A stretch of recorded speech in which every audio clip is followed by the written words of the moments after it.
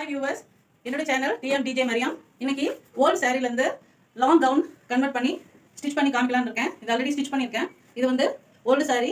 இதெல்லாம் வந்து ரொம்ப நாள் ஆனதுனால சரி இது என்னடா பண்ணலாம் அப்படின்னு யோசிச்சுட்டு இருக்கும்போது சரி லாங் ஃப்ராக்காக கன்வெர்ட் பண்ணலாம்னு ஸ்டிச் பண்ணியிருக்கேன். நல்லா அழகாக ஃப்ளோ நல்லா அழகாக வருது. இந்த பிளைனாக இருக்கும்போது நம்ம இந்த மாதிரி ஏதாவது ப்ரூஜஸ் ஒர்க்கு இல்லை மறுபடியும் ஏதாவது ஆரி ஒர்க் இந்த மாதிரி ஏதாவது நம்ம செஞ்சு போட்டால் ரொம்ப யூஸ்ஃபுல்லாக இருக்கும். நல்லா அழகாகவும் இருக்கும் பார்க்கறதுக்கு. நம்ம அதை வேஸ்ட் ஆகாமல் நம்ம அதை லாங் கவுனாக ஸ்டிச் பண்ணி போடலாம். ரொம்ப அழகாக இருக்கும். அடுத்தது இதுவும் ஒரு பிளைன் சாரீ. இதையும் நான் பாடி போர்ஷனுக்கு வந்து ராக்கெட் ப்ளவுஸ் எடுத்து அதையும் ஸ்டிச் பண்ணியிருக்கேன்.